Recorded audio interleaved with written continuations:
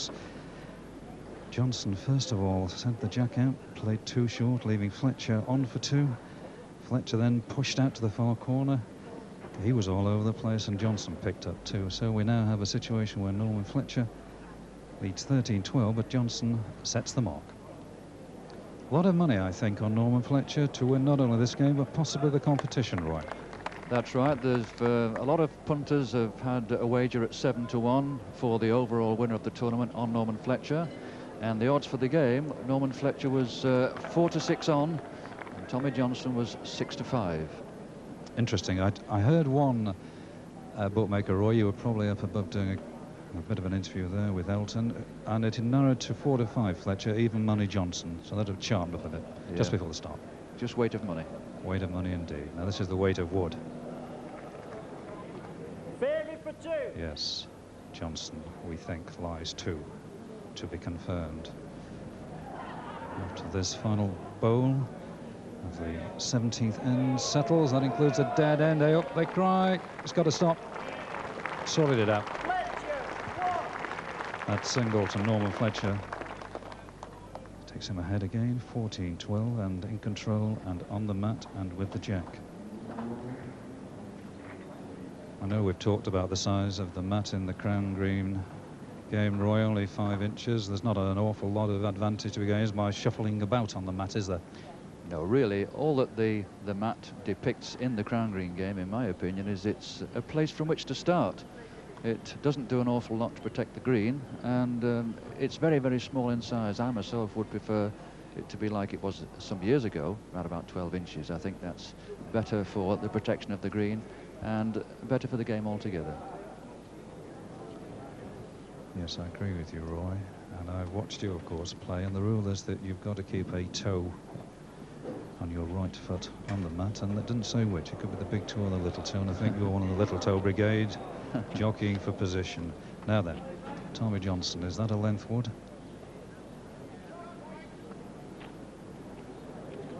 The jockeying here is by Fletcher, trying to get into the corner again. He wants it to stop. He may hit the jack towards the Johnson bowl, and what's he done? Oh, I think he's still on. Lying for 2.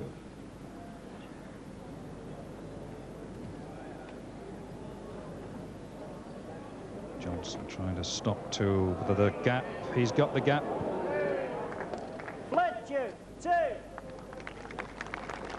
Well, that suddenly has changed things over the course of the last 4 ends. Fletcher 5 chalks for a 16-12 lead, and very quickly on the go again, and no prizes for guessing where we're going. We're going 52 yards right across this green into the corner. Norman sending the jack out, which the jack, of course, is biased. It's not like the jack in the flat green game, which is a perfect circle and is rather like a ball. The jack is elliptical in shape and is biased to one side in exactly the same way as the bowls are biased. Good lead, right in the way, right in front of the jack, about 1 foot 18 inches.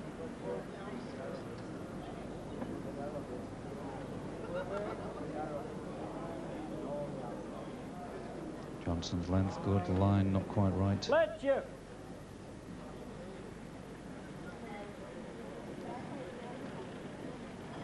Tends to give things up, does Norman. Looks in disgust after 1 or 2 deliveries. He can't make his mind up. You're hoping for 2. Yes, gets the 2. 2, Tommy. Johnson needs to say, really needs to win the end at 16-12 and lying 2 against him. He's in danger. Now that's a different way in. Well through. Fletcher, 2. We had some track information before the game started that it was, in point of fact, Norman's birthday yesterday, and instead of celebrating, I believe he went for a mile walk this morning down the prom, which is not like Norman at all. So it just shows that he's really on the ball. Well, here's Roy, and at 18-12, I must tell you that I've even seen him practicing. He's a natural, one of those bowlers who feels his time can be better spent than practicing, but he has been down practicing, and before the game, you know, I think the nerves were sort of chewing at him a little bit because he wouldn't eat. He said, no, he said, I can feel it. If I eat before a game, it's no use. I shall have a good meal tonight, depending on how the game goes. Well, it's going well for him at the moment. He's a yard short of his lead, but he's 18-12 up.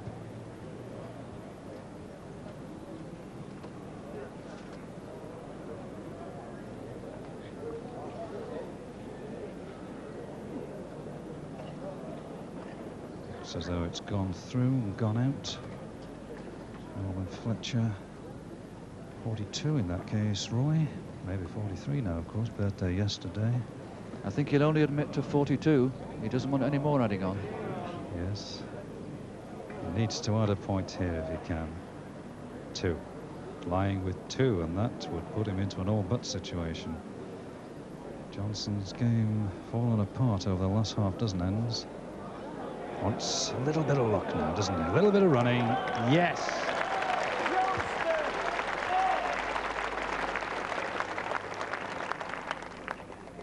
Tommy won't give up. Here he is now with the jack. He's just studying where to go. And once again, I think he's going about a 3/4 length.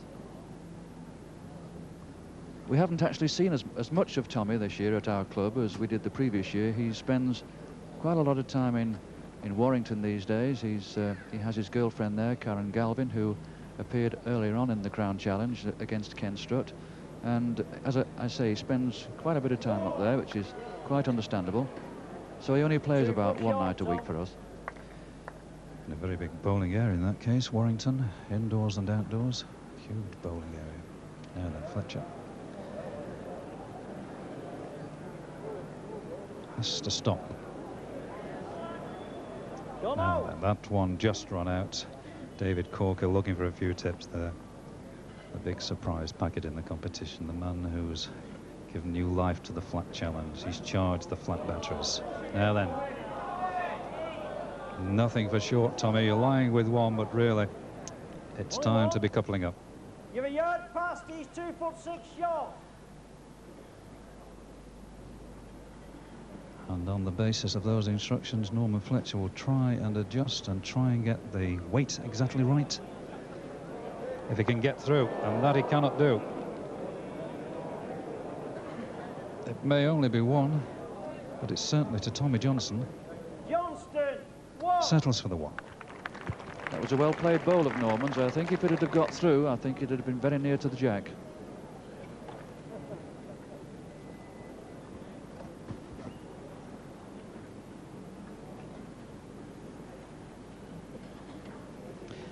Right, 18-14. Johnson still going. More full corners now. Fletcher's reputation is not worrying him. He's got to play well. If he goes short, he's not played particularly well. If he's happy with the longer length, then go for it.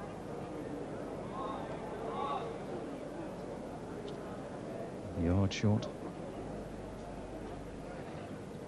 This the 22nd end.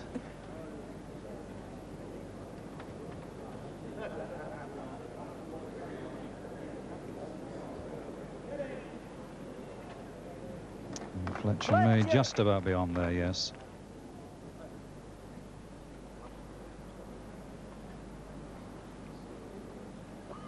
Big green, good crowd.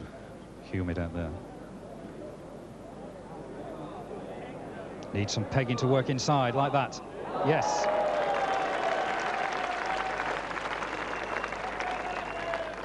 They're cheering a good bowl of Tommy's, and those that are cheering are those that have had a wager on him. The ones that are on Norman Fletcher, they didn't want it to reach. Yes, now then, this may have some reaction from the crowd. I think not, as it is moving away and out of the count. So, Johnston, Tommy Johnson, 1 more. Yes, you're right, Roy. You said a couple of ends ago, he'll not give in, he'll keep going, and he's very experienced now. He's won a few big uns in his time as Tommy Johnson, and we have a feeling that on television sometimes the pressure gets to him, but certainly at 15, 18, he's acquitting himself well. He's not out of it by any means. Yes, he's decided on a marked change in tactics. Trying to place the jack on the edge of the green hasn't worked, and he's been a little bit daring. He's taken Norman very nearly in the corners. Yes, and he's not led well enough, in fact, Roy, so he's a couple of yards through, and that, this particular end, could cost him the game, depending on how close Mr. Fletcher can get with his lead And that's close enough.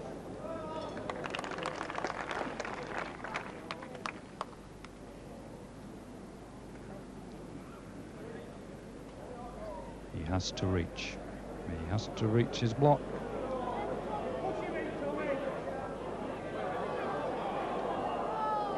Is that enough?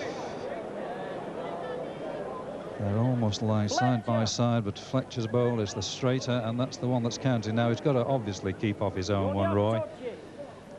Now then, a nudge on Tommy Johnson's. 18-inch off block. The referee's just telling him the danger there, Roy. I feel sure that Norman will come on the thumb peg. That's on Norman's backhand. He's changed it round now. Gone a long way round now then, if he can get some bias working for him. Not enough. Okay, Tom. Very good effort, much better than knocking that short ball in. Yes, and that one, of course, takes him to 1915 with the jack, and of course he can now win it in an end, and that's the thing that nobody likes, although it's keeping everybody, even the flat boys, having a keen look at Mr. Fletcher in the corner. They may not be happy with what they're seeing. This is a different ball game when Norman Fletcher is on song.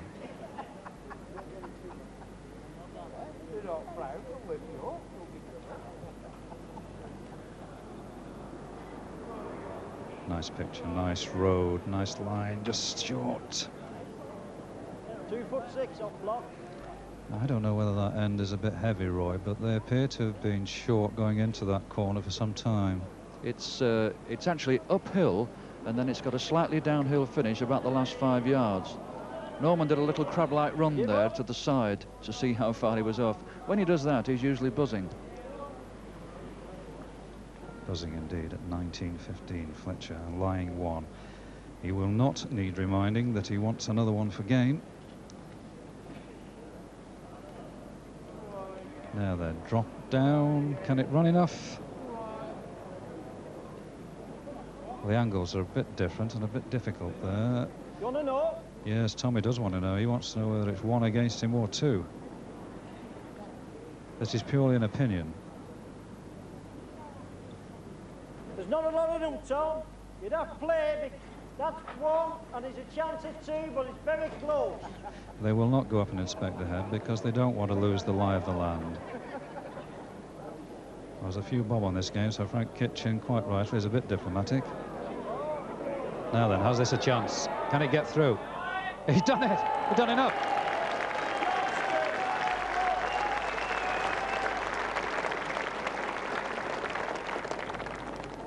Good advice, Roy, wasn't it? 1916 now to Norman Fletcher, but good advice, a good bowl, played it. Yes, he promoted his own bowl, and all the Johnston backers waved their arms and shouted, "Well done, Tommy."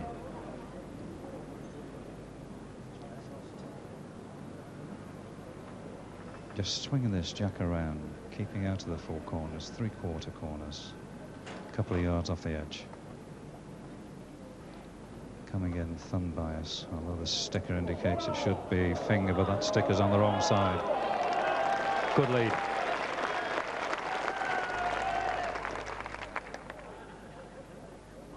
Norman will try, I feel sure, to get one close here. If he can get one close, there could be a strike on. He's trying for him, Roy. Trying, yes! Oh, that's quality. No need to strike now. 2 inches behind the block. You were 6 inches short. No, there's no need to strike, but at 1916 and Fletcher lying a very good one, difficult to get a second there because the Johnson bowler is right in the way. And that brings Tommy Johnson up to have a look, a very important stage of the game. He's just looking to see how much he needs to turn his own bowl over, how close the back bowl of Norman Fletcher's is. And then all the way back and try and remember where you sent the jack. What were you aiming for? Is there something on the green? Is there something in the background?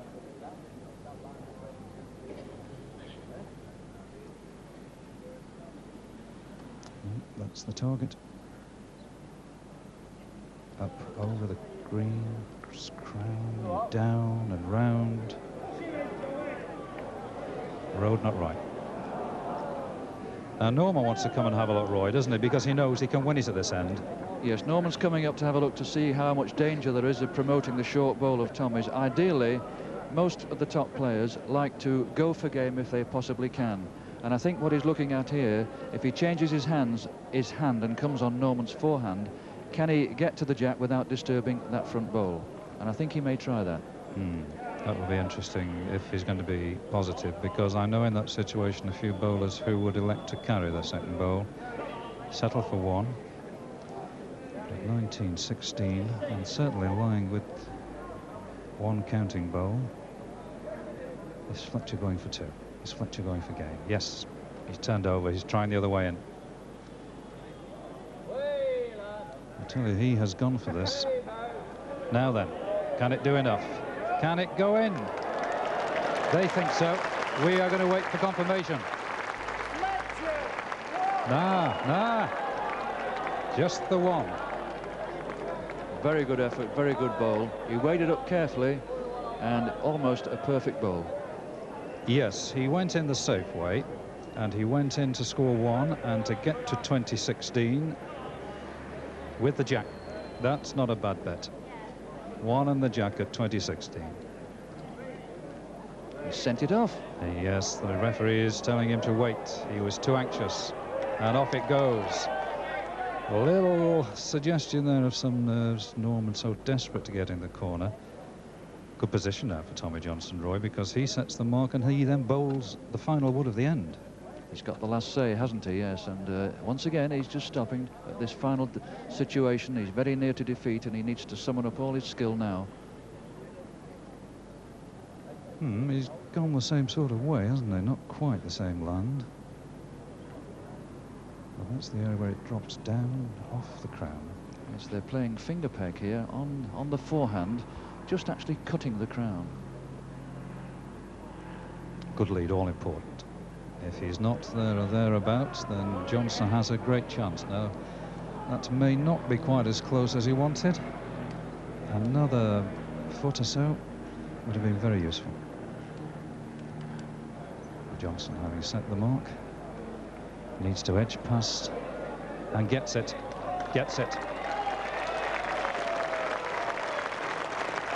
There we saw the advantage of Tommy sending the jack. He was alive to the fact of just what speed he'd sent it and how much it had to peg. Yes, the danger here for Fletcher is at 20-16 and one against him. He certainly doesn't want to concede two. He needs to get into the count. Now then. Oh, we can't separate those. Now then, that might have won it. Depends how you look at it, doesn't it? Yes, he still fancies Tommy Johnson. That's the yellow disc bowl.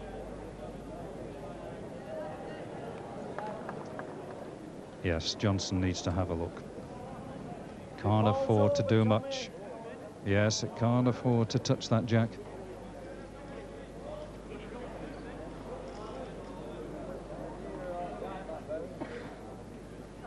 Right across the green. Over the crown. Drop down. But don't touch the jack.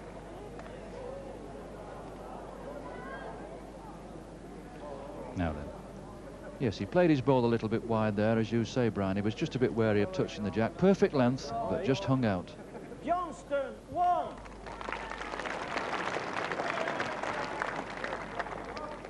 So, Tommy Johnson 17, Norman Fletcher 20, and what a mistake, throwing the jack off at the 26th end. Norman Fletcher going for game.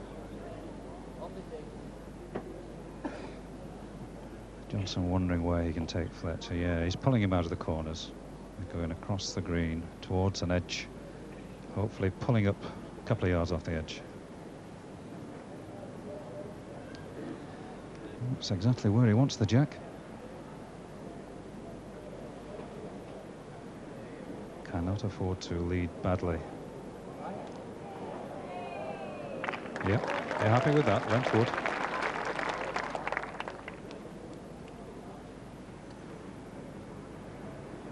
Norman Fletcher looking for the one that will give him game. His road is not quite good enough. Level, Norman.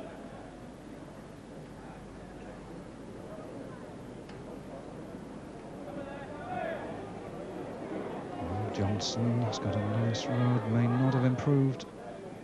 Nope, no, he has left something. He knows, his head's down, he knows.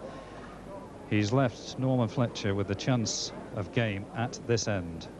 The 27th end. Has he got it right? Can it run? Road, lovely. Stop now. Yes, the one he needs. Norman Fletcher, 21-17. Good win, plenty of applause. He was a good winner. The handshake, 21-17. Norman Fletcher wins. We'll take a short break.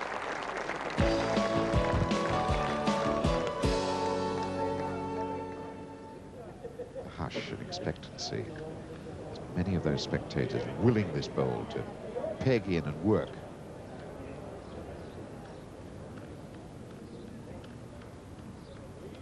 John Bancroft, second, on its way.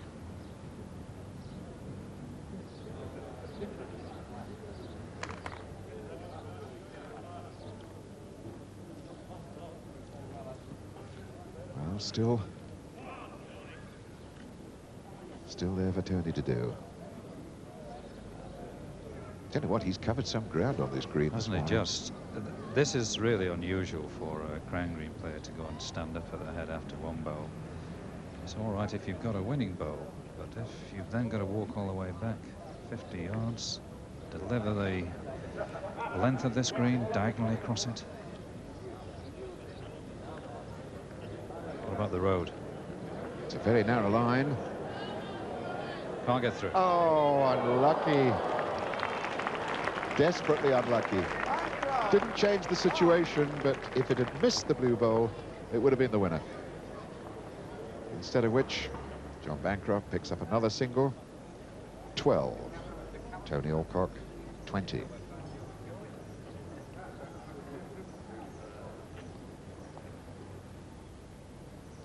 Bancroft will see no reason now to change the land. He will stick on this mark and hope to peg away, but a gap of 8 against the world indoor champion. Well, the gap was 11, not so very long ago. The lead. John is really sticking to his job with great conviction. 18 inches.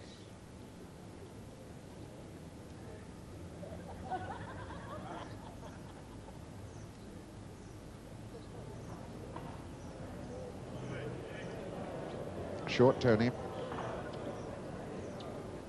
John Bancroft, who last year won the Manchester Evening News and the Bassmasters, which illustrates the quality of this fine young bowler. Now forced to use every piece of knowledge that he's accumulated in some 13 years of bowling. First ball. As world champion Tony Alcock puts this bowl down. It seems to have the running. What about the line?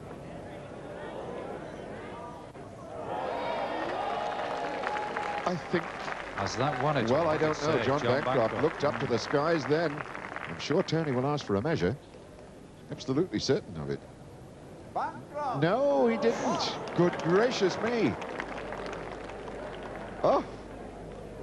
Another single to John Bancroft, and he was within, I would say, an inch or so of going out of the competition then.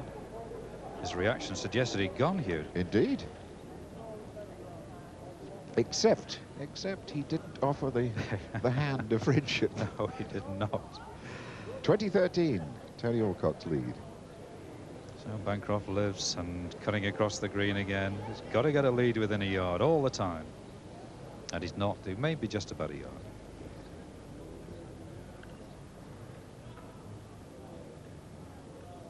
Finger peg bowl with the slope of the crown assisting it, but he's short. He's lost his length. This is no time for length to desert Tony Alcock, because it was the length bowling that he had earlier that established his lead in this match, his domination of this match.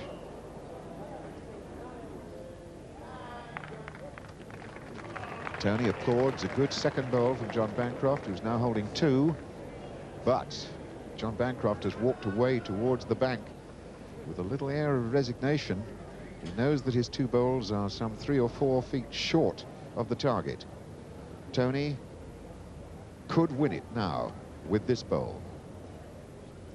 John Bancroft can hardly bear to look. He's got his back to the head. Now he turns round. Now he looks. What about the weight? No, it's not good enough. It's not good enough. It's 2 more to John Bancroft.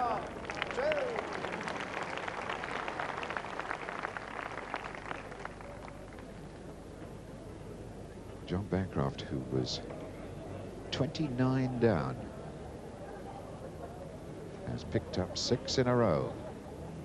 2015.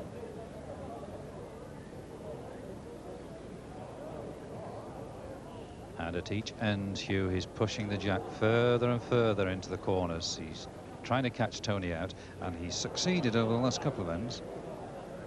He daren't go any further than the jack. Oh, what a brilliant lead. Or is it? Else, that's the danger. Now, Tony needs to get one, his first bowl at least, to stay on the green. A yard 4 foot from the jack. And it's got to stay on the green.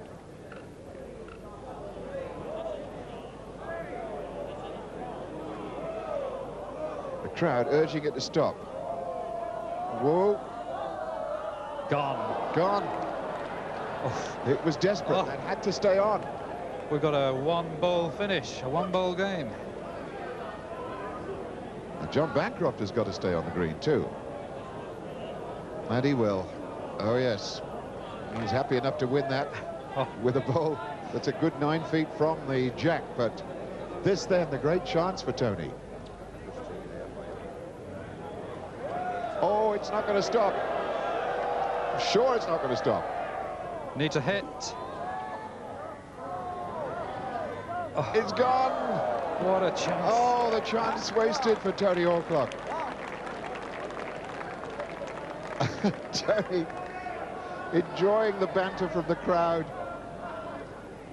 Angry with himself, I'm sure.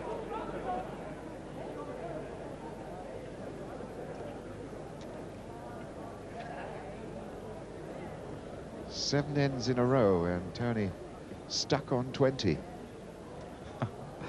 Game of 28 ends so far. Almost double the length of the fastest finish so far.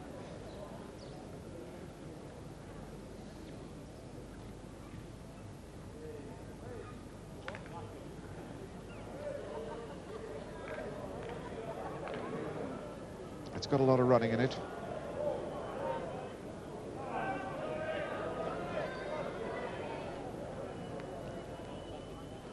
Lots of... Go on, Tony's coming up from the audience here. They call it short before it reaches halfway. It's well short. It's well short. Bit of nurse on the world champion. Well, I'm sure the pressure and the excitement of the event must be getting at Tony. And that's gone away underneath and short. Now, Tony Alcock. And this time he hurries back. He's running back. He's eager to get there. He's licking the lips as well. Yes. This is big chance. John Bancroft again goes away off the green, feeling that this might be his exit. It doesn't look as though it's got the running. Oh, it's running Go a on, bit. Run. Yes! Yes, he's done it. Tony Alcock. And his business advisor, Jock McNeil, is as excited as Tony is himself. Tony Alcock takes out John Bancroft, 21-16, and there's another massive upset here in Crown Challenge.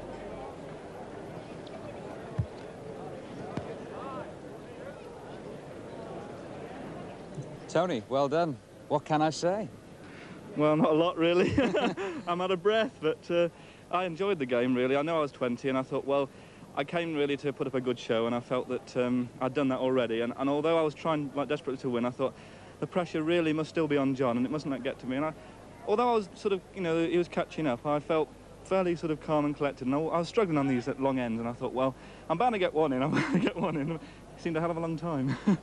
John, I mean, tremendous comeback when you really did look dead and buried a long time ago. Yeah, well, in my mind, I decided I just got to keep trying to persist in the corners, but early on in the game, every time I played in the corners, I played a good lead, and so Tony would find great bowl after great bowl, and he's played a great crown green game, really, because he's taken me all around the green and on the short marks with the jack in his hand, and I've really struggled to get a length, and he's played a good crown green game of bowls, really. In fact, he was on short marks, he played perfect crown green bowls. Yeah, brilliant, yeah. It's just the sort of thing I normally do to people.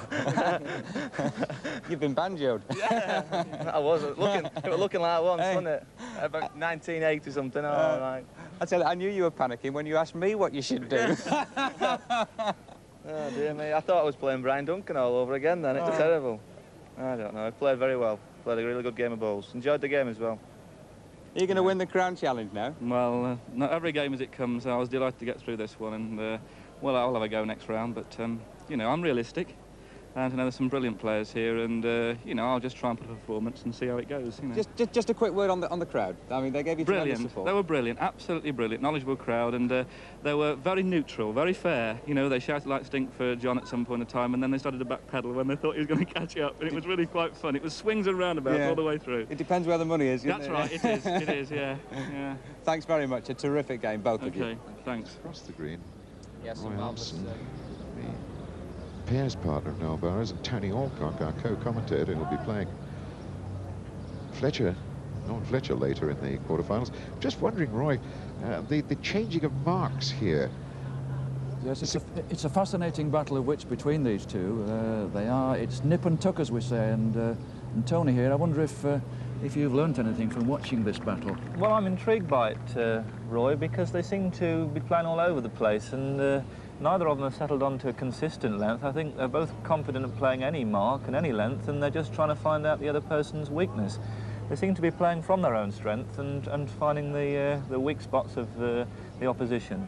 Yeah, I think of the two, Brian just looks a little tense to me, and Noel's appears to be the more relaxed. What do you think? Well, yeah, I think you're right. I think Brian probably realises that this is a crunch game, and if he gets through this, he's probably got a good chance of winning the tournament. But, you know, Roy, in this situation, who's got the greatest bottle? I mean, you know, if it came to 2020, let's forget about ability. Who's got the mental ability to get themselves through? Oh, they're both very good in that department. They've both been in similar positions as this before, and neither of them would be short of bottle. Now, they won't be thinking of that prize money then, and...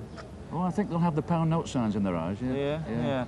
And sometimes in the flat green, we play for pride. I mean, sometimes to win our own county championship, which is, you know, purely amateur status, no money on it, is as important as winning a big major money prize. I mean, how much more does the money make this attractive?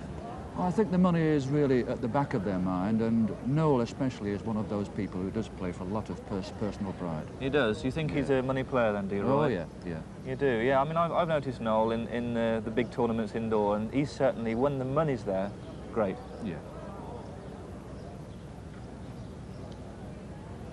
Well, we've got this incredibly tense encounter. Nothing in it at all. Brian Duncan chasing his second bowl into this mark. A curious mark in many respects, neither one thing nor the other. Noel's last bowl. He leads 14-13. Wants some running. Don't think he's beaten. Duncan, one. Brian Duncan scores another single,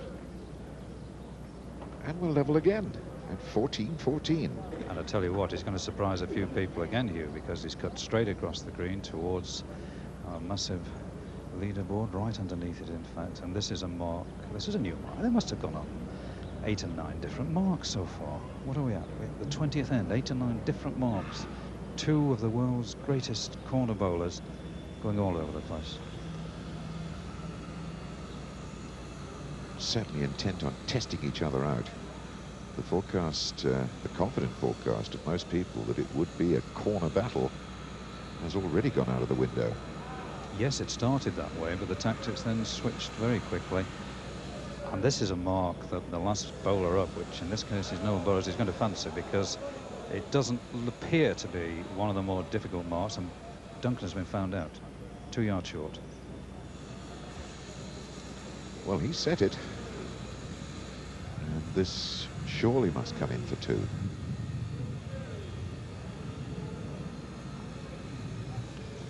Stays for 2.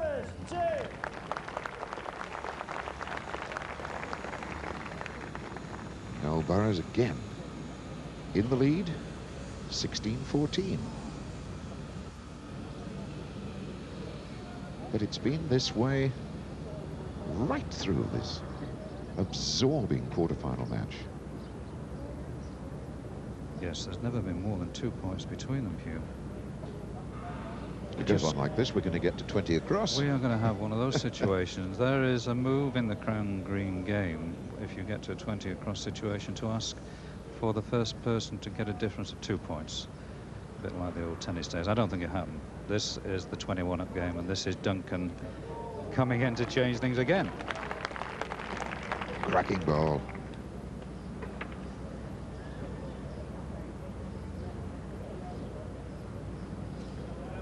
Thumb peg, that's the backhand draw. Oof. The bowl of the bias swinging from left to right as it leaves the bowler's hand. Coupling up for 2, and the crowd are calling 2. They're right. Duncan, 2. And we're level again.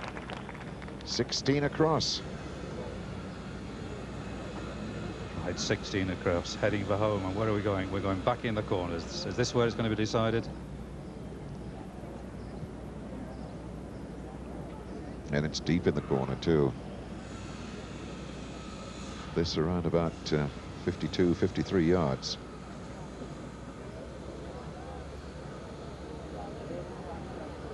Oh, right on. Brilliant. He came halfway across the green to have a look at that, Brian Duncan. He's in for real now. The jack now no more than a couple of foot from the gutter, from the ditch.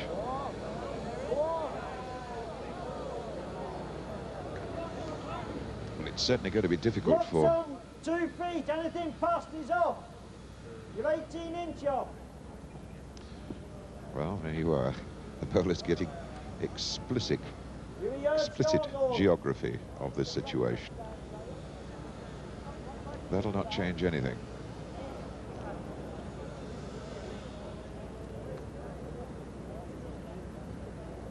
Noel Burrows putting lots of running in this ball. Now, what's he going to hit? Needs to hit something. Oh, he's won it, I think. Just that tiny bit of running knocks one ball out. Well, they've made their minds up. They're just waiting for Noel to arrive to confirm it. But, you know, it might be Duncan against feels them. it's one, but Noel, I think, will ask for a measure on this, surely. He gazes down there. Side by side, yes. They're absolutely side by side. This is Burrows watching that. Sue sitting there in the red. Doris Armstrong, wife of Roy. Great bowler herself. Yeah, measure. Well, I noticed Frank Kitchen fancies the yellow bowl. Yellow one. Yellow one And first. it's the yellow they're measuring first. Very, very close. Making quite sure that the bowl doesn't move as they measure it.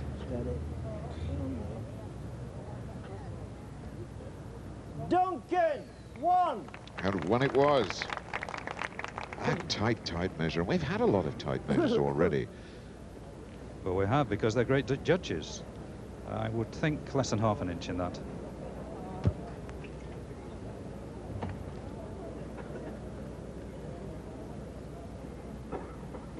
As Brian Duncan looks lovingly off into the far corner, sets a mark way, way over there. here it's very much about weight, because it's mostly downhill. The ball through.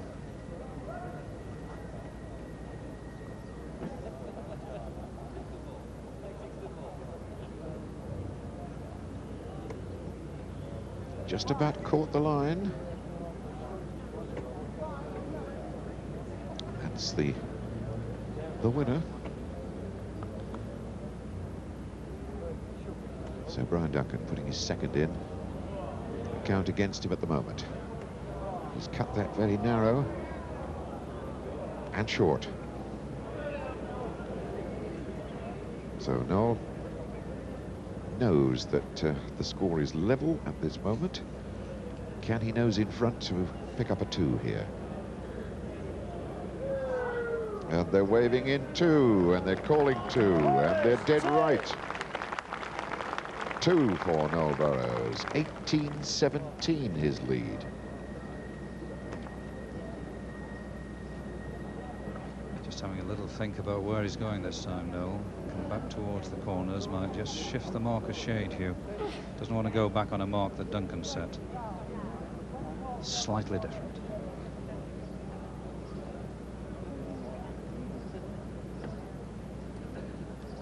This finger peg mark is the bias pulling it in towards the jack now. Tired bowl at the end of its travel tipples over.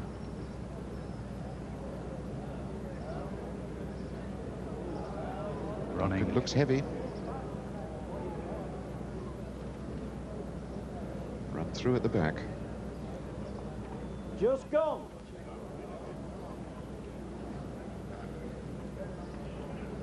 Noel must be feeling good at this moment.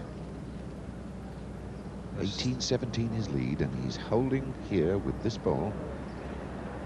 This for 2, and that of course puts him, if Duncan can't improve it, just a point away from a tremendous upset. Lying with 2, Burrows. And more importantly, those 2 bowls very, very much in the draw. It's going to need something special now from Brian Duncan to squeeze in. Hey, it's coming well. Chance. It's working for him. Chance. Oh! Brian thinks he's got it. Noel has a look, and it's there. What a cracking bowl. And we're leveled again. 18 across. We are indeed. A little conversation there, of course, with Tony Alcock, who's got the greater bottle, never mind the ability. You can't split him. 2 of the all-time greats in this marvelous game of crown bowls, putting on a real thriller here. Oh, it's gone. That was no time for Brian Duncan to put one in the ditch.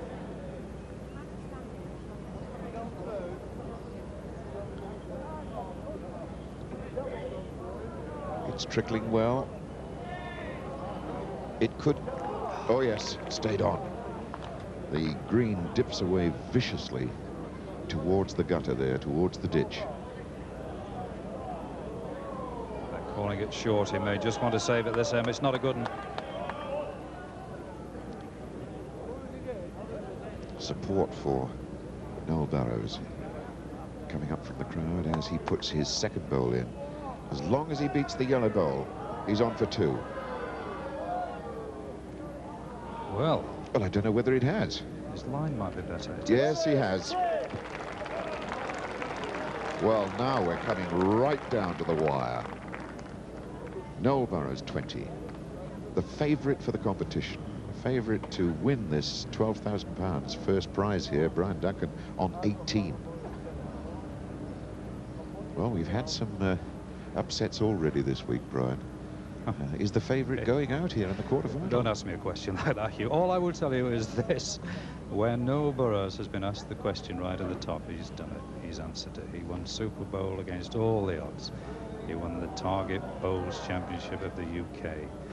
He's won the Waterloo. He's won the All England. He's won virtually everything there is to win, and when it counts, he's been there.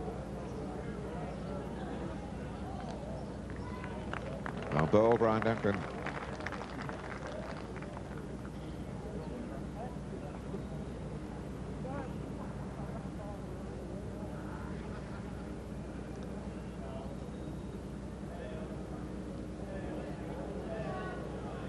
A up, they say. A up. It's on a good road. Oh, Yes. oh, that is a bowl and a half. That is something that Brian Duncan surely He cannot will beat. pick He the comes bowl with better. weight.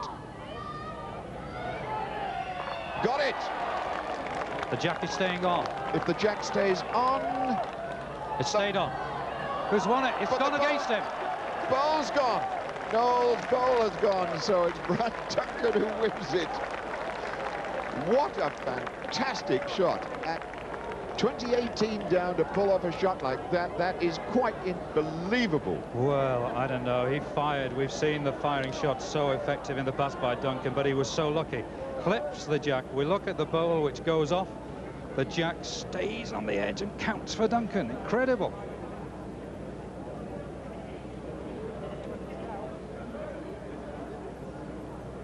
Dover is standing behind Brian Duncan now, can hardly believe it. And I'm sure Brian Duncan's heart was pounding a bit then.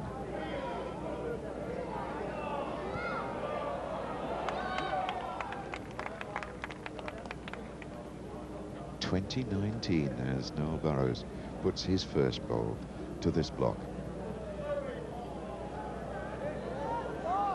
The bowl coming down with the crown and the bias, and it's another beauty. That Hey. could be the quarter-final winner. And once again, Brian Duncan under pressure. Noel Burrows comes down the green. Wants to see where this winds up. It's trying desperately hard. Oh, it is trying. Oh, and Brian thinks he's won it with that bowl. Gets confirmation from the referee, and Susan, Noel's wife,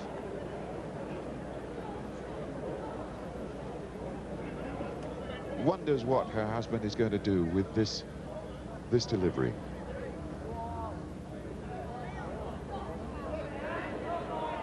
It's on a road. It's on a very, very good road. Oh, it's still the yellow bowl that's in. Incredible. I cannot believe it.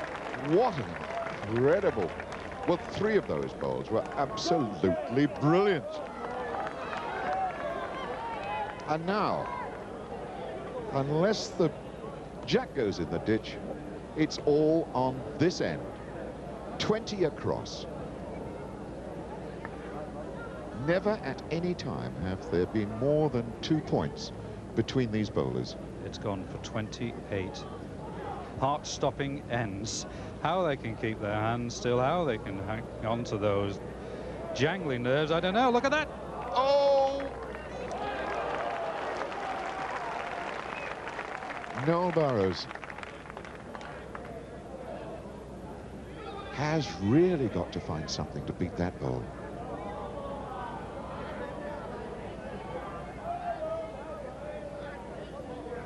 And Brian Duncan must firmly believe that he's going to make it now. Though Noel Burrows surely has to have a bang at this.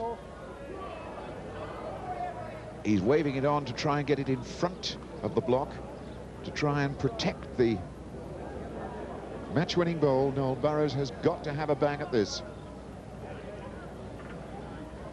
What's it like? It's gone! And Brian Duncan has won the most heart-stopping match I think we'll see here in this whole competition.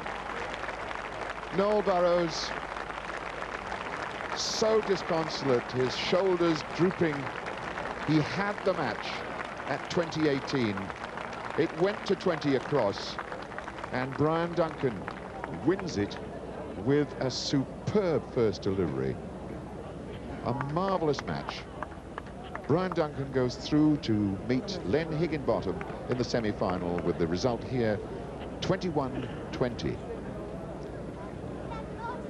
Brian, well, I mean, that was just the most amazing game of bowls I think anyone's ever seen. It's been a very good game all the way through, but the finish has been marvellous. Like, it looked like I'd lost, and I thought the jack was going off here, and I saw Noel's ball. I thought we were going to stop on, and I just got the best of the Russell at the finish, really. But it's been a good game all the way through, really. The pity somebody had to lose, but that's how it goes. Well, that's right. No, I mean, quite. Say that again, I'm sorry. Just devastated after that. I think the absolute sickener must have been when your bowl just agonisingly rolled into the ditch. Yeah, and the next end when I played 2 perfect balls and they didn't count. Just sheer damn luck at the end. Is there good game all the way through, but just unbelievable. Is there any consolation in defeat at all? That, I mean, you just played out of your skin, and really there was nothing between the two of you, Brian. I think that's true, isn't it? Well, no, that's how it was all through the game. There was never more than 2 in it, I don't think, and well, I had to go to a bit of luck at the end, unfortunately. Well, I think we must concentrate now on the tournament favourite. I don't think you're going to have a harder match than that. I hope not, anyway. Well, when we play tomorrow, it's a different day, but it was a very good game. I mean, we expected it to be a good game. Hopefully, we both played more or less a game, and as we said, from the television point of view, I think it was a very good game. And from spectators, I mean, just the last 2 or 3 ends, well, that was marvellous for them, like. Have you been involved in your long career in a more dramatic match than that? Well, I mean, I think I've probably been in as dramatic a match like, really, but I think it's just the occasion and what you're playing for today. I mean, it makes such a big difference winning, like, and well, I'm just happy to win, really. Some great tussles between the two of you over the years.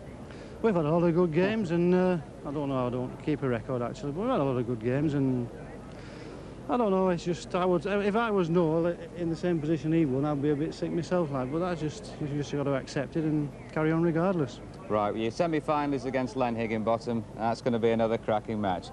2 more quarter-finals to come, and if they're any good as that, we're in for a smashing programme this afternoon. It's David Corkill of the flat against Roy Nicholson, and then Norman Fletcher against the world indoor champion Tony Alcock. So 2 of the flat green bowlers in the quarter-finals. You'll be able to see them this afternoon live when we return here to the Marton Institute in Blackpool at 1:30. Join us then. Things have been happening, so over to Elton Wellesby in Blackpool for news of the latest situation.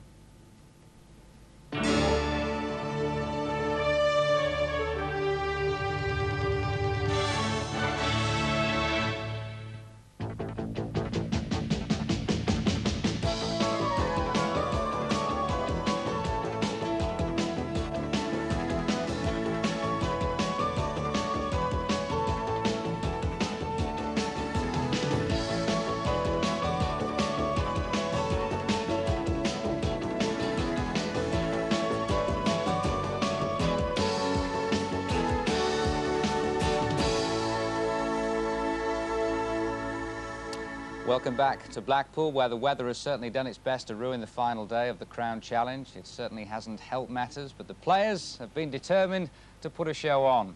I've been joined once again, as always this week really, by the world indoor champion Tony Alcock, who probably wish he was indoors at the moment, but I think you're full of admiration for their application in getting out there and playing today. Yeah, it's unbelievable. When I saw the green, I thought we'd never play. I mean, we in the flat green code would take one look and go back in the car and drive home.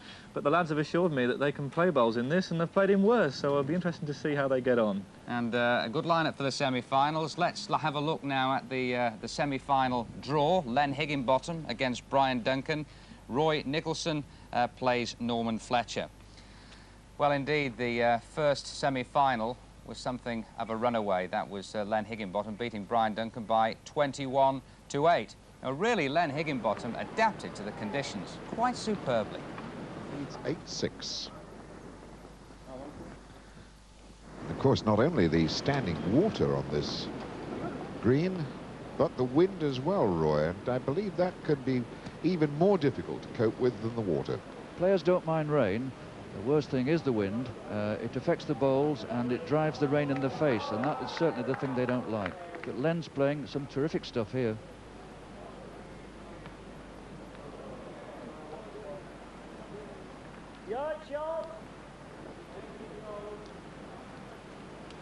Len Higginbottom from Atherton, near Bolton, college lecturer, And some educated bowling there from Big Len.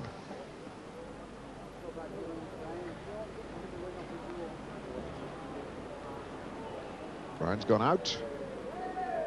Higginbottom, 2. So Len Higginbottom, another 2. That's a break now of 9 shots, 4 of them doubles. Yes, Len Higginbottom in the final. Well, the next match was entirely different. Roy Nicholson against Norman Fletcher. It was close throughout. We join it with Fletcher leading 19-17. Well, these two will not have met too often. I don't think their paths have crossed all that often, and certainly neither player will forget this. What has he done? Jack off, corner to corner, and the jack goes off. Well, come on, Roy, they shout, because they know now. This really is a great chance, isn't it? Because he's got the jack. And where's he going, Roy Ormston? I think he'll go to the middle of the green where he's been before. On that occasion, Norman was trying to get the jack right deep in the corner to go for game. Roy's having a careful study now, but I feel sure he'll halve the green.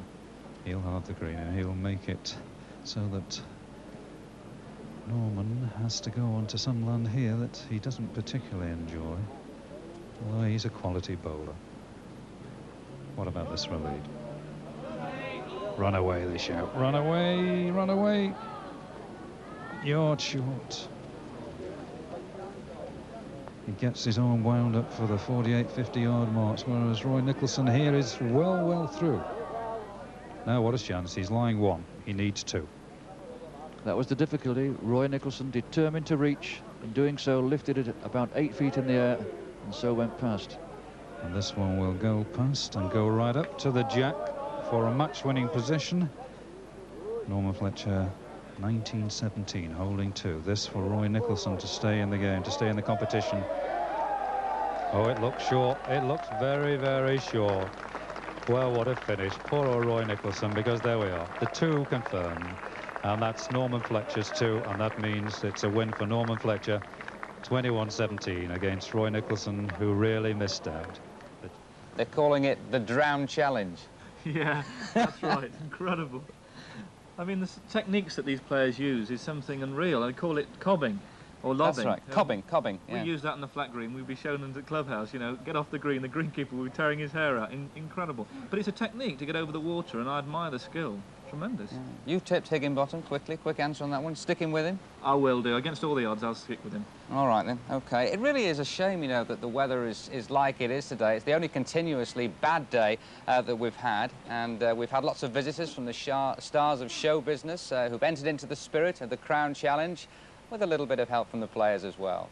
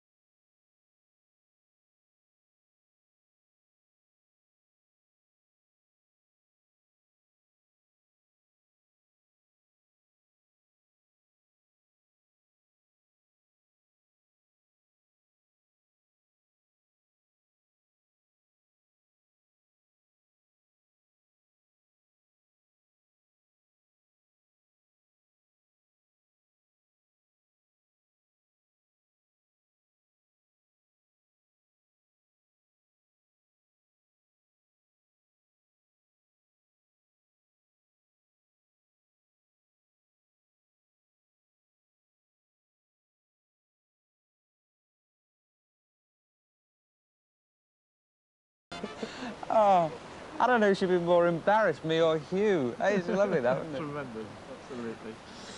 The serious stuff now. Higginbottom against Fletcher in the final. Yes, I mean, Len Higginbottom has shown great determination this week, almost in training. No alcohol, you know, tremendous. Orange juice every night, he's taking it seriously. But Fletcher's, he's a tough cookie and a great competitor. And, of course, tipped by a number of people to take away the trophy. Now, he played against you, of course, in the previous round. Yes, he didn't give me an inch. He was determined not to. And he's a ruthless fella, isn't he? He seems to have the bit between his teeth for this tournament. Yeah, and a lot of people are giving him some stick about not practising prior to the tournament, but he's taking this seriously. He says he gets worse if he practices. Yeah, but he's taking it seriously, and I've seen him out there at all sorts of lengths, all sorts of marks, and he means business. Do you think, I mean, in these conditions, can they put on a show? Well, they say they can, Elton. I mean, it remains to be seen. I mean, I'm very doubtful. But let's see. Well, we will see. You know, considering the weather, maybe we shouldn't be too surprised at the way it's turned out with Len Higginbottom and Norman Fletcher meeting in the final. Just look at this. This was the final of the Greenhill County Classic 1985. They've been through this before, Tony, these fellas.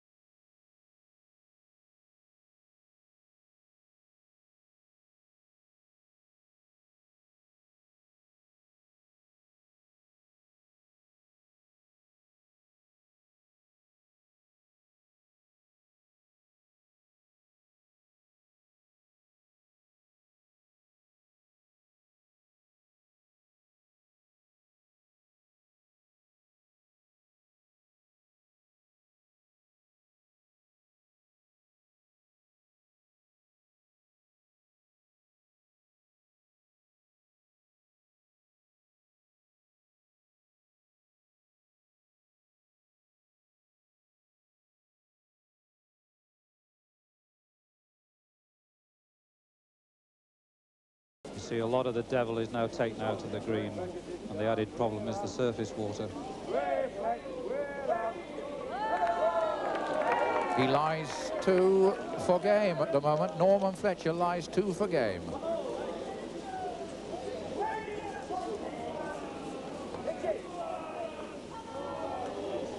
And that may have saved one. That may have just saved the day for Len Higginbottom. He fancies 2. Norman Fletcher fancies his 1. He fancies 2. He'll offer a handshake here.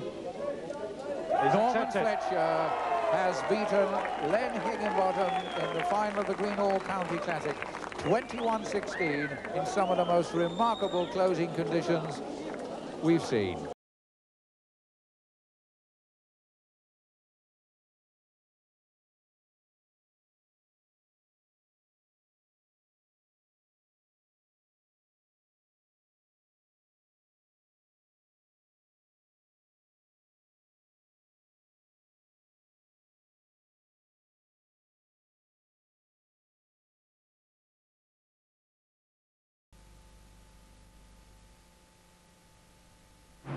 Yes, steam everywhere. Under the motorway, junction 10, and I'm very late. 4250. Since last year, when the RAC reached 8 out of 10 breakdowns within the hour, we've invested millions in our patrol service in order to reach breakdowns even faster, which is good news. Unless, like this gentleman, you're not a member of the RAC. The RAC. We won't keep our members waiting. Why let painful, sensitive teeth cloud your day when Sensodyne can give you protection? And now there's new Sensodyne F, the toothpaste for sensitive teeth with fluoride and a really fresh, clean taste. With regular daily use, Sensodyne acts progressively to relieve the pain. Use Sensodyne and ask your dentist about sensitivity. Sensodyne toothpastes to relieve the pain of sensitive teeth. Next time little monkeys make mess in kitchen, you need something strong to rely on. Fiesta. Otherwise you go bananas. Ho-ho. Each and every day, TSB grants over £1 million in personal loans to its customers,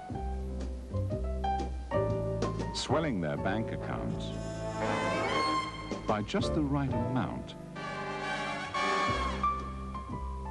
to help them pay for a new car, a new kitchen,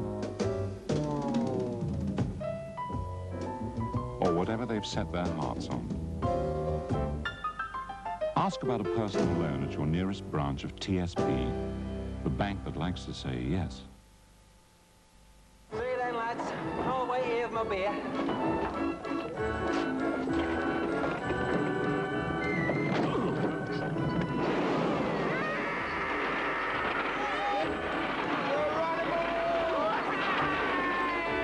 That E-Trig's calling back, maybe. No, he usually spills most of it. Your best bet for a fuller flavour.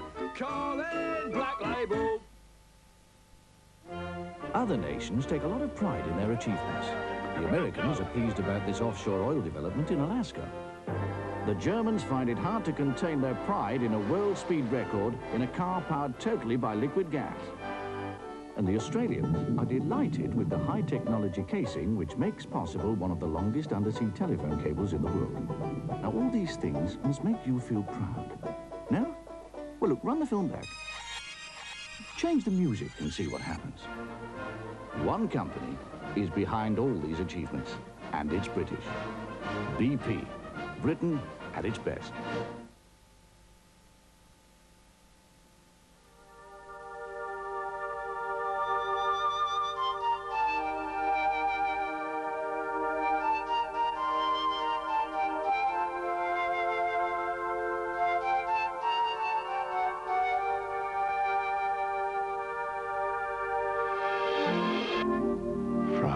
Turkish delight, full of Eastern promise.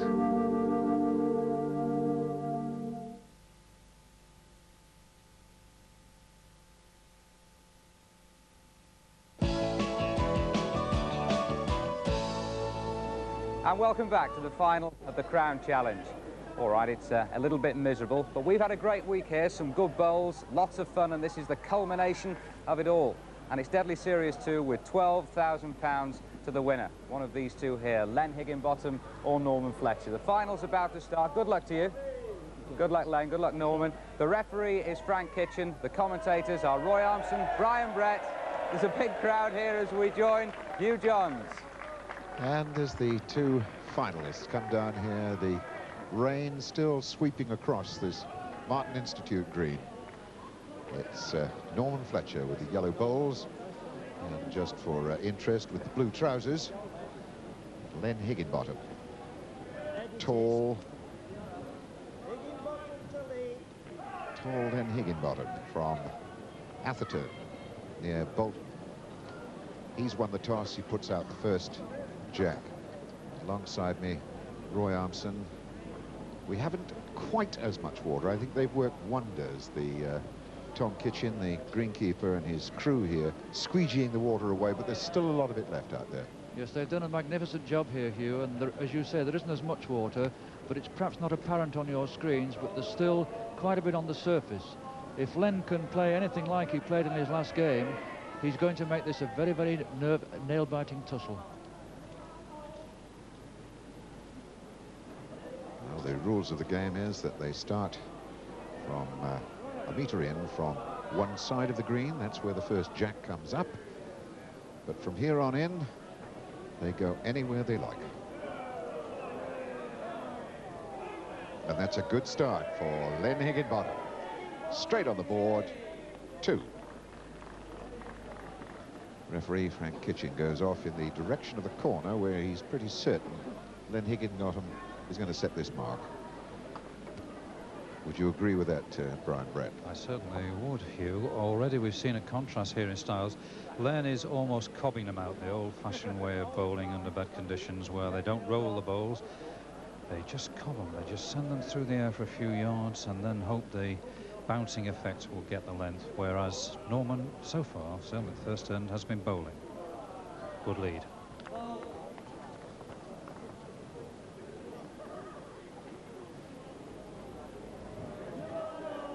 Well, you can see how much water is on this green as that bowl wends its way forward to be the winner at this moment of time.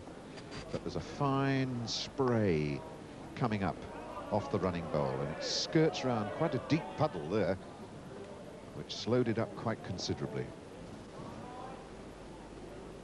Norman Fletcher actually bowling his bowl out, not bouncing it out. And he scores a single. So 1 to Norman Fletcher. He is behind 1-2. Len Higginbottom, who got here, taking out Mary Price in the first round, a record 15 ends. That was worth £1,000 to him. And another lady, a crown bowler, Maureen Bresnan. Carl Parker, this excellent young up-and-coming bowler. And then the marvellous defeat of Brian Duncan, the tournament favourite, in the semi-final.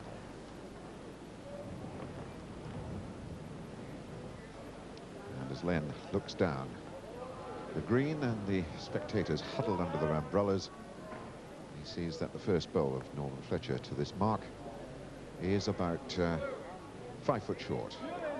And that will be a cracking bowl. Oh, yes.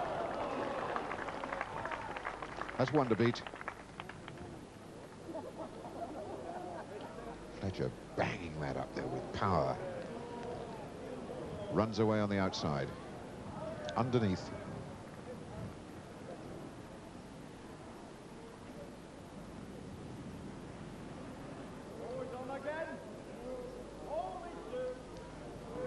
Blue 2. Crowd calling it in. No doubt about that. 2 for Len Higginbottom. And a 4-1 lead.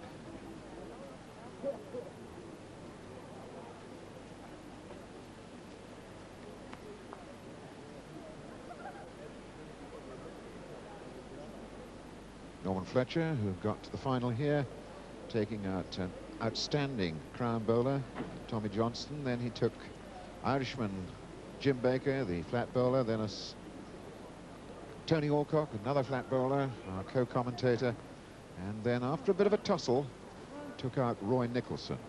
This green not suiting Roy Nicholson by any manner of means.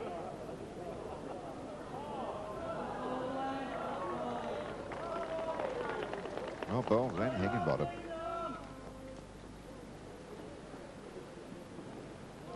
The rain with the wind behind it, sleeting down across the green now.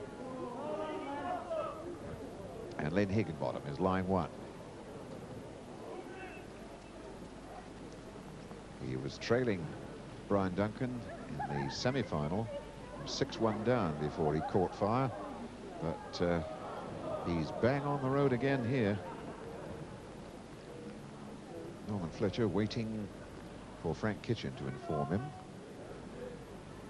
where he stands, and he gets that bowl away with a little bit of bounce, a little bit of skip to it, skipping over the pools of water with weight, running hard, gets a hold of the block, knocks it back, but I think all he's done is saved one. Yes, Len Higginbottom gets another one. 5-1.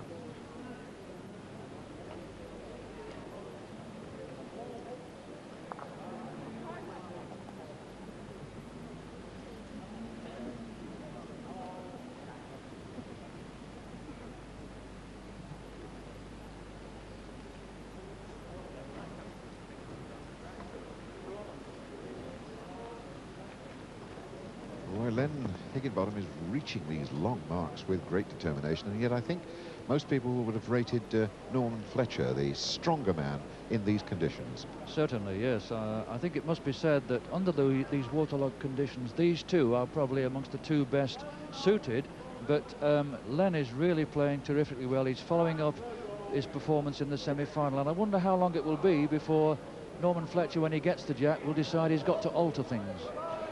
Cobbing his bowl out, that's the expression in the Crown game, Roy. Yes, they call it cobbing. They stand a bit straighter. They don't get quite down as low as they would when they're normally delivering, and they lift the bowl up. The Norman's lifted this one very near. Oh, dead unlucky. He's lost another one. And Len Higginbottom, 6-1 in front. Quite a background to Len Higginbottom's career, Brian Brett.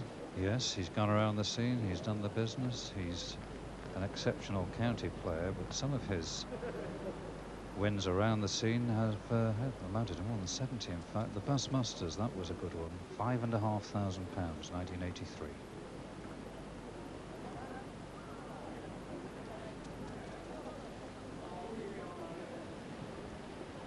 Not quite such a long mark here.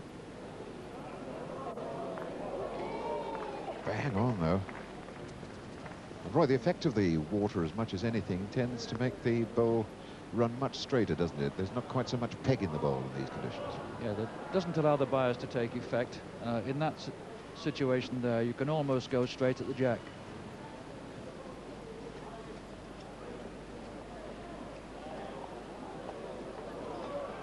In effect, this is a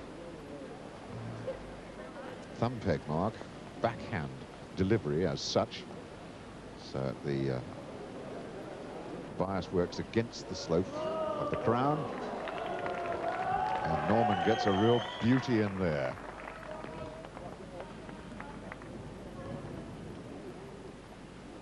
Another single for Norman Fletcher, and the second time he scored on an end, 6-2. Roy Armstrong, Norman Fletcher, I think best known as a pairs player these days, but he has indeed had a lot of good victories in his career.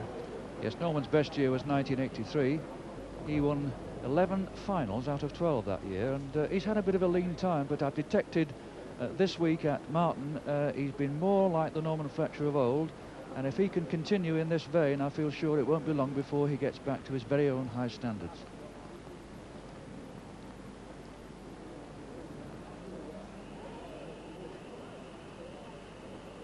And I suppose playing in the rain for these two players, Brian Brett, is not a new thing. I think they experienced these sort of conditions in the Greenall County Classic a couple of years ago. Well, that's right. That's a competition over at St Helens, Merseyside area. And that time the heavens opened and Fletcher just got in that time, but only just because Len came back at him, but Fletcher on the day had it.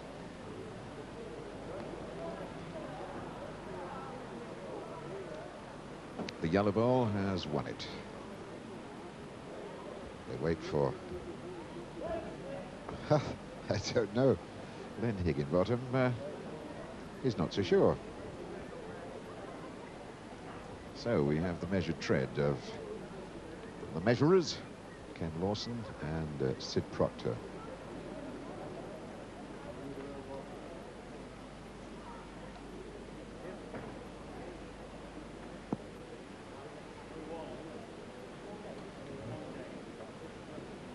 Norman Fletcher will certainly be keen to win this one.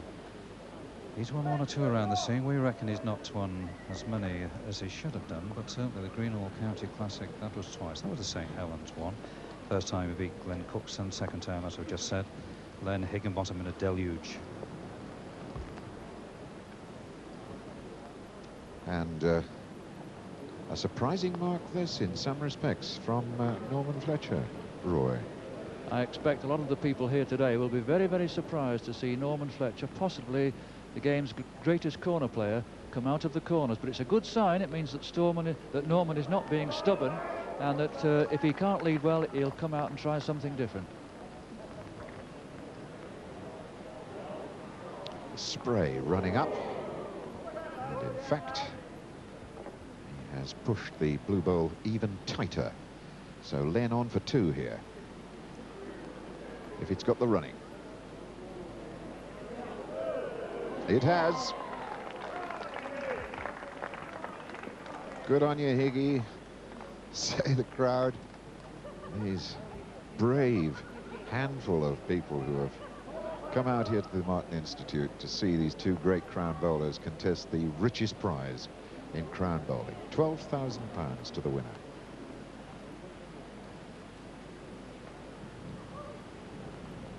And with an 8-3 lead, Len Higginbottom goes back into this corner again, the uphill corner of this Marton Green.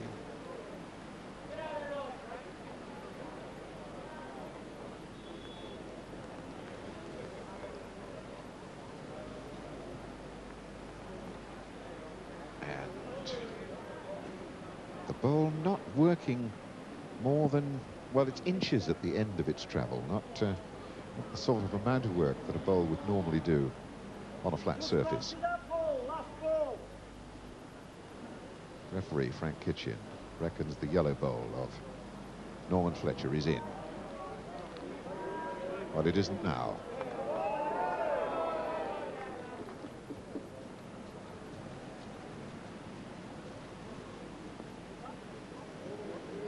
He's underneath. No score there. Not for Norman Fletcher, but a single again for Len Higginbottom. Len now leads 9-3.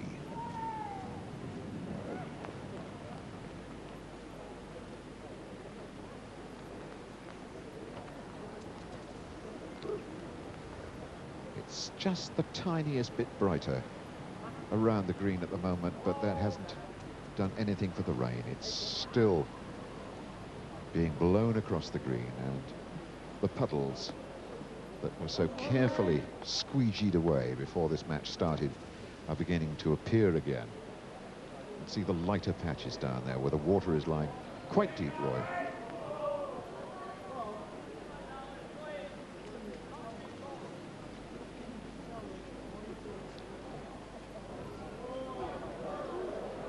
Run on, run on, run on.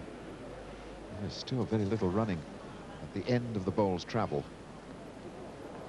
Fine plume of stray coming up, and Norman Fletcher, this is really surprising, Roy, isn't having difficulty reaching. Yes, I think what's happening is I think his bowls are slipping a little bit in his hand. He was weighing up before the game whether to change to some smaller bowls, and it was a 50-50 shot. He said in his first semi-final that he found they were slipping, and I think he's also feeling cold. I think his fingers are feeling cold, and he's just using that vital grip. So that two that Len Higginbottom scored has swept him into a very commanding lead, 11-3. And he is bowling brilliantly in these incredible conditions.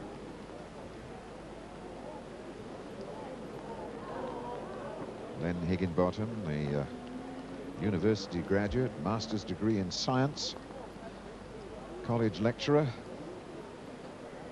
and bowling some very educated stuff out there. Norman, 42 years old, earlier this week during the Crown Challenge. Licensee, giving it his best shot, but it's not good enough. Another single to Len Higginbottom. 12-3. Len Higginbottom in front, and a dejected Norman Fletcher tosses the footer down. The restart of each end, the mat a metre, or not more than a metre from where the jack last lay.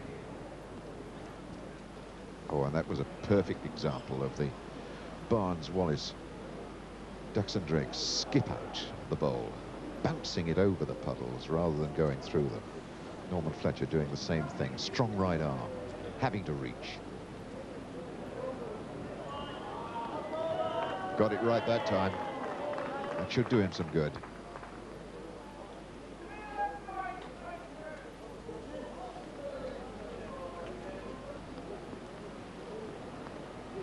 Just missed. He was after the bowl.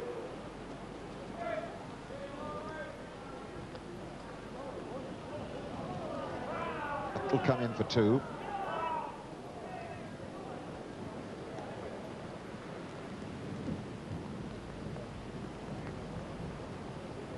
Frank Kitchen is having a long look. And it could only be one. Well, it looked like two. A single. 12-4. The scoreline. 12 to Len Higginbottom. Off the mat, Norman Fletcher on 4. That ball really slipped out of his hands. It was turning end over end at the start of its travel. Didn't wind up too badly, though, Brian Brett. Not bad. We call that sky bias, actually. The bias is facing the skies, but what a good start for him. He needs a winner.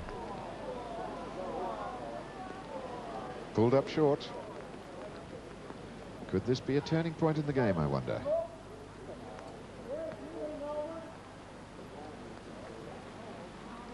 You're going to hear the spray coming off those bowls. Chance for Len Higginbottom. Bounces it out.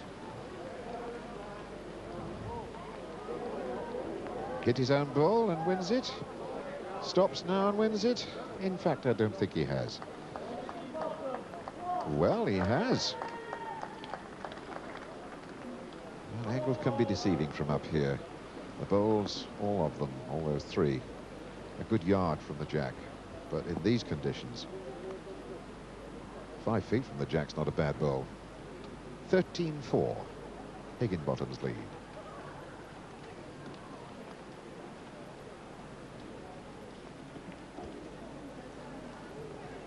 Then Higginbottom sets the mark, gets the block away. Bias, of course, on the block. Almost exactly the same as the bowl.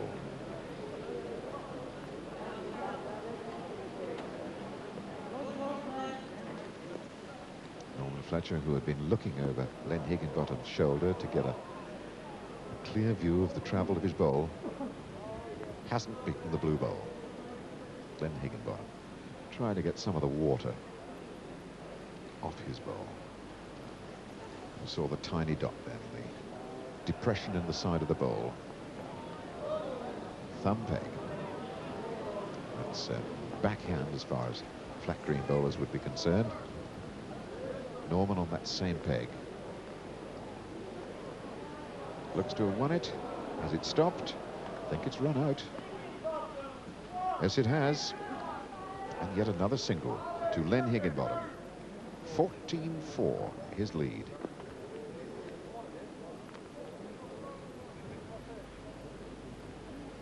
Well, I think the betting before Roy Armson was, before this final started, was Norman Fletcher to win it.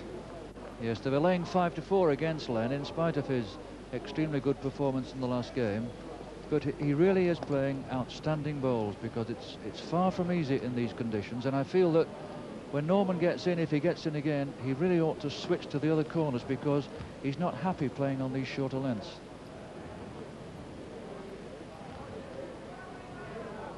It's gone out. Then Higginbottom, who missed so much at the start of the season because of a back injury, certainly seems to have recovered from that tremendously well. He's athletic out there, the arm is strong, bouncing these bowls down. Norman Fletcher, one against him here, as the water slows the run of the bowl down. It's crept past the short bowl, but it didn't beat the back blue bowl. Another single for Len Higginbottom, and his sights now very firmly on that 12,000 pounds, as the sight of the spectators wiping the rain from their eyes and huddling under their umbrellas, enthralled by a match which is proving to be something of an upset.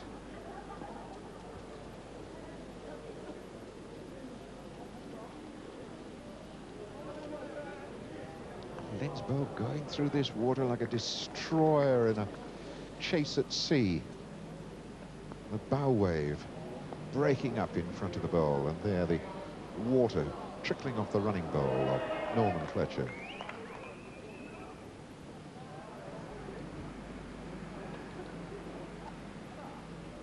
The rain still beating down here. A skip and a hop.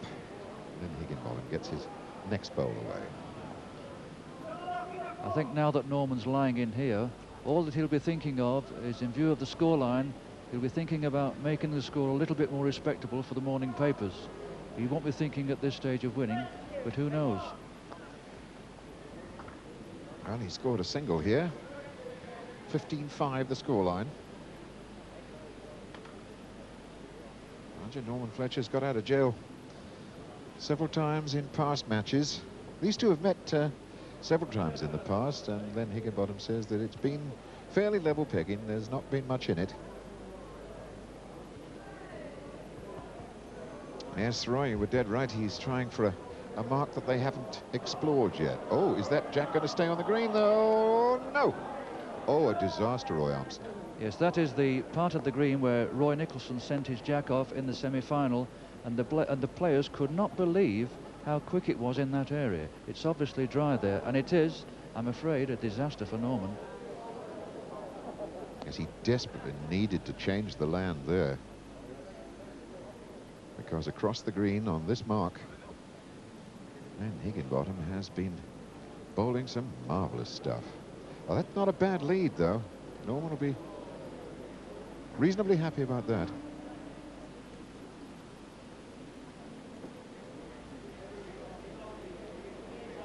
Oh, yes, he's on again, the crowd say, and they're absolutely dead right. And it is so impressive, Brian, the crowd's ability to spot a bowl coming in. Yes, absolutely turned over there that time, Fletcher, but not quite happy with his game. Just thinking back there, they have had a few classic encounters, these two, notably one at Patrick Croft near Manchester, where Higginbottom just lost 41-40 to Fletcher in a tremendous final. He's close to getting two here. He's certainly got the one. Referee Frank Kitchen fancies just one, and he has a very good eye. Waits for Len to agree. A single it is. 16-5.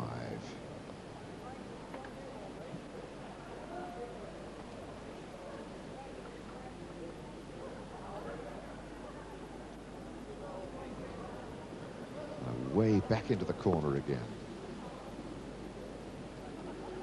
And the rain still pouring down.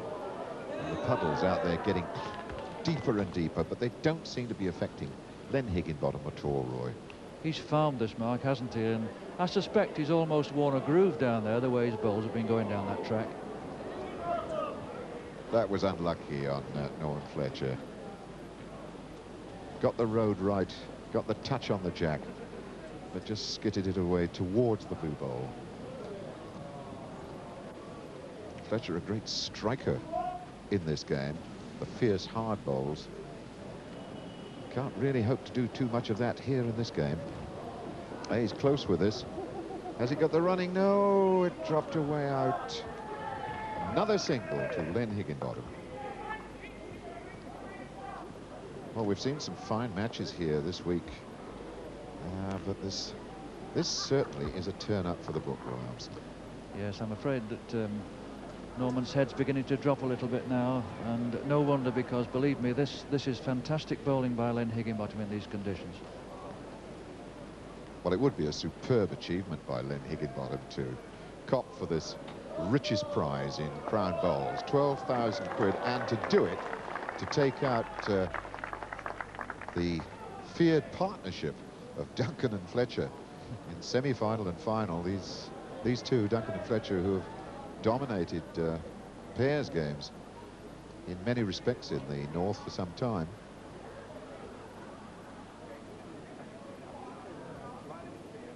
And Higginbottom's concentration was distracted just for a moment then, but he soon got it back again. There's another beauty in there. Unless Fletcher could do something like this, he's going to be 2 shots down. Oh, he's trying. He is trying. Oh, and wasn't that trying? Because it's just rolled the jack over to a blue bowl, and nothing is going right for poor Norman Fletcher. Well, I can't tell whether those are tears in his eyes or raindrops, but he's 18-5 down here.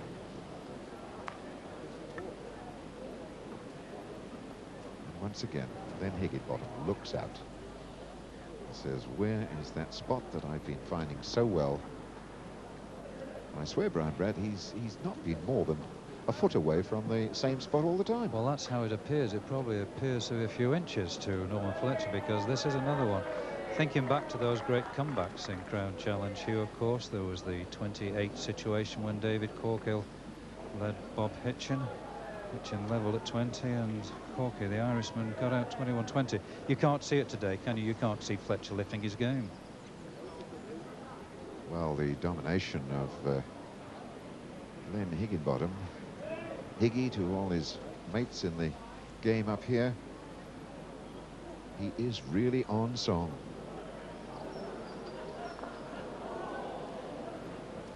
Well, it looks like another one. Yes, it is. 19-5.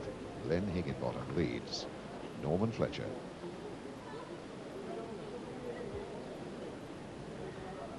Well, you could get any price you like on Norman Fletcher winning this now, Roy.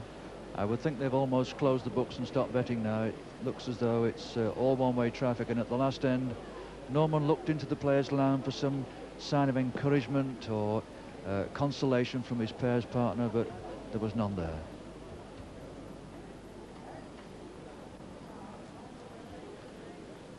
That skipping delivery, the bowl bouncing over the puddles, finding a little bit of dry running. It's higher at this corner of the green than anywhere else. And Norman unable to judge it. Len Higginbottom at the moment holding one of the two shots that he wants. He's got two now. This to save it from Norman Fletcher. Oh, he is trying. He's going hard. He's going well. He's gone out, but it is just the one. He saved himself. So it's Len Higginbottom 20, Norman Fletcher 5. And Norman Fletcher looking almost as dejected as Noel Burrows did when he went out in that epic encounter with Brian Duncan earlier in the competition.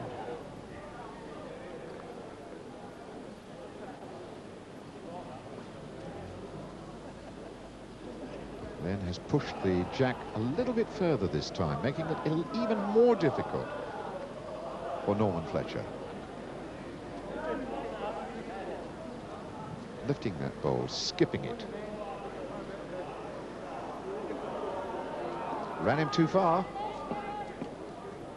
That's good tactic by Len Higginbottom, Roy. Especially when you want one for game, yes, it's always as well just to go somewhere a little bit different. And he's caught Norman out here.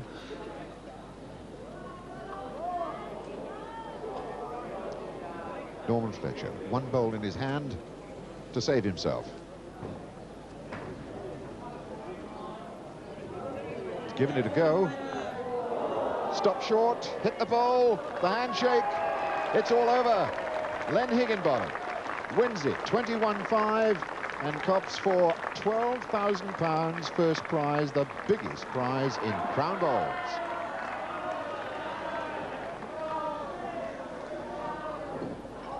And he looks totally unmoved by this whole thing, Roy. But what's going through his mind?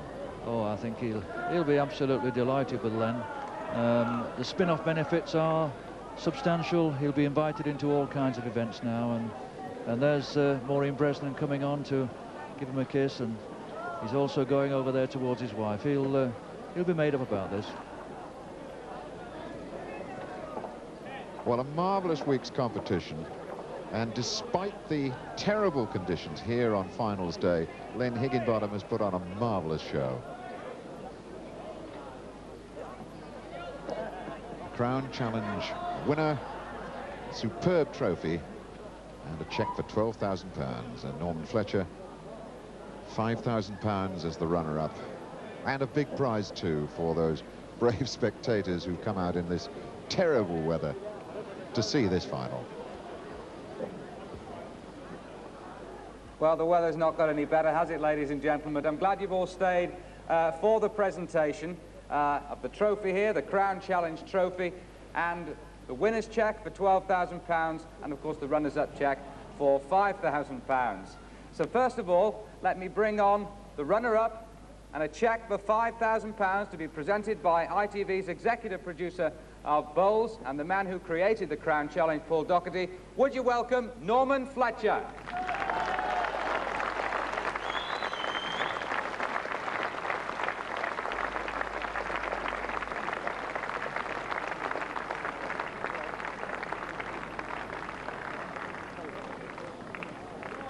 Norman, of course, the last time that Len and Norman met on a rainy day, it was in the Greenhills County Classic. Norman won that day, but some consolation, the cheque there for £5,000. Well played, Norman. And now, the winner, the man who started the week by winning £1,000 for completing his match against Mary Price in the fewest number of ends, 15. So he started the week well. He also started it in the sunshine. The eventual winner, a cheque for £12,000 and the Crown Challenge Trophy, Len Higginbottom.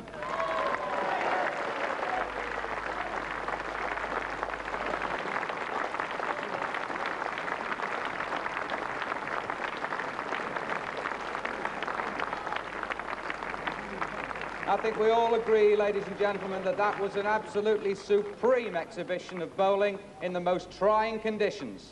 Len Higginbottom.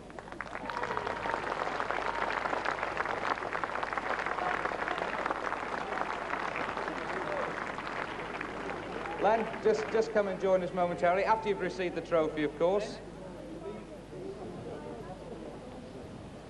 Stand by, here we go. Len, just come on. Come on, Len, and bring the trophy with you. Very well done. Thanks, Elton. I tell you, it's a bit heavy, that, isn't it? It is. It's very heavy. I need 2 hands to all this. But it's all worthwhile. You've come away from the week of the Crown Challenge with £13,000. Now, I know that means quite a lot to you. It does, but winning this means more. It certainly does. I love to win these things.